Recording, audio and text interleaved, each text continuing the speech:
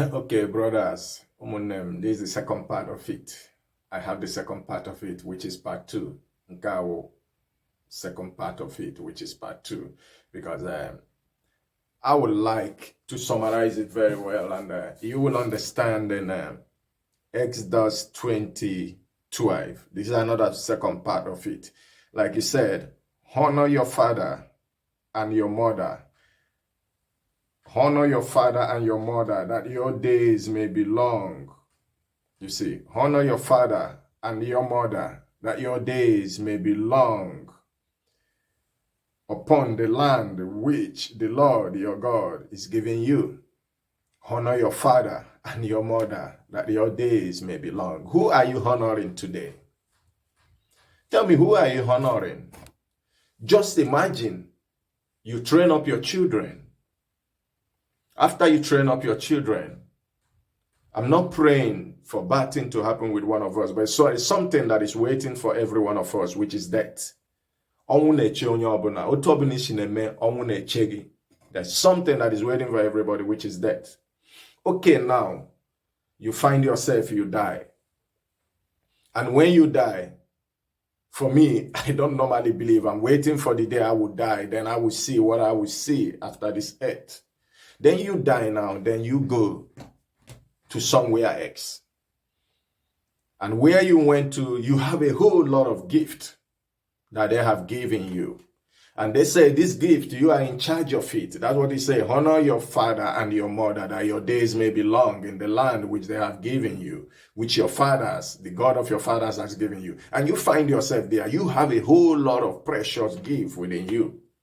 And they say to you, this gift is for you to give who honors you. And you find your children praying, why your name is not Maria. Will you give that gift to your children? Or you see your children praying, Son Joseph, bless me, you as a father, and your name is not Joseph. Will you bless them? But when you see one of your children that is saying, Ekeleme Emeka, Goziem, which is your father, what will you do? Quickly, you unleash that blessing on him. And you saw your children praying, saying, Wafo, Ekelengi, Nemutaram, you unleash that blessing on him. Do you see why we are suffering? We are praying to other people's gods. And their own is happy and saying, my children were done for inflexing me to them. So they wouldn't know their own God. But I said, no, I give thanks to the mom that has given birth to me. Every day I appreciate him, appreciate her. I said to her, Mom, may your womb be blessed for giving birth to me. I appreciate my father, despite whatever they might have said about him, but I appreciate him. So what is doing we Africans? I will read that verse again. I love it. It is in commandment. It's Exodus 20. He said, honor your father and your mother, that your days may be long upon the land which the Lord your God is giving you. Honor your father and your mother. Then you go there, you honoring someone's mother, someone's father. Are you out of your mind? Those days are gone. I am one of them before, but I suffered a lot. But when I began, the God of my ancestors began to teach me something that I didn't know, my mindset begins to open. I began to know what I love doing most. I began to do what I love doing most. I began to thank them. I began to give them honor. I began to respect them. I began to tell them that whatever I have done wrong, that I have offended them, forgive. Likewise, our leader. Likewise, our spiritual leaders. You go there, they keep telling you, honor someone's father. You as a father, your children wouldn't honor you, would you give them what they deserve to get? Or would you give to the ones who is honoring you? I am praying. I am praying every day of my life. And I'm asking Chineke gbaghara anyị. Make ụmụnna anyị ghọta. We have a lot of precious gift holding by our ancestors that has gone before us. But the people who bring this to us try to shift our mindset from our fathers and from our mothers, so we can honor their own father and their own mother. Why we keep doing, we become slave. They use the opportunity to lure us into what we don't know, which they tried to lure me as well, but I said no.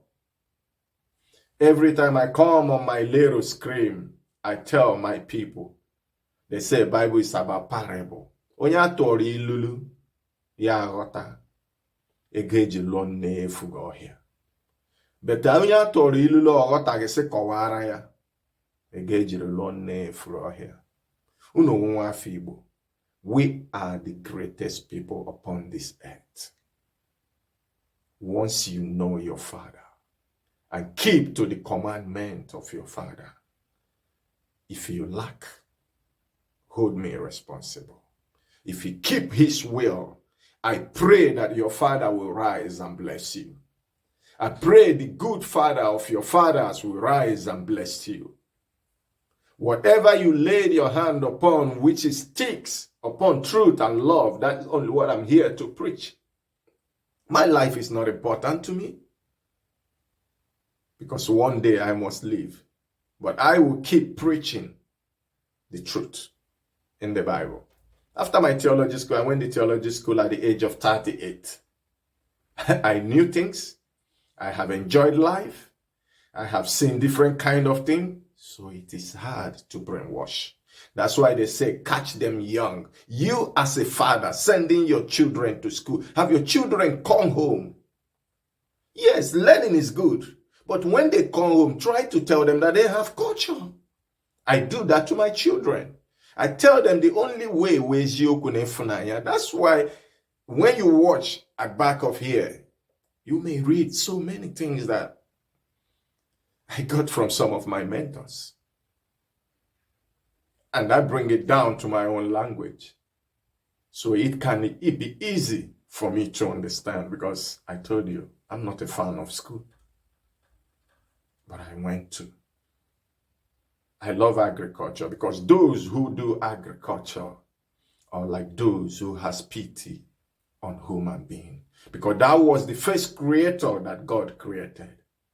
He created the gardens, but nobody wants to be in the garden today. If you are in the city, you wake up, you have to eat. So we are trying our possible best to keep people alive by the grace of our fathers who has gone before us, because we hate seeing people suffering. But everybody wants to be in the city. Everybody wants to eat an imported food. Everybody wants to take everything that comes from other country. What have you done to your country? That's why, check 50 years back, we don't have cancer. But today, everybody's suffering out of cancer. Because you can no longer cook a natural food that God has blessed you upon in your house again.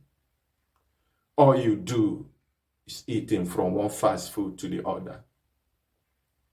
That's why I'm looking forward, that is my next plan, to open organic restaurant, which everything that will be upon it will be natural from ground. And when I open it, I will advertise it. You will call me, I will bring it in your home. Then eat it for 1 year and see if you will sick. You see that God of our ancestors has gotten everything ready for us. But today, so many brainwash. I would think that we are no longer valued, but I am valued.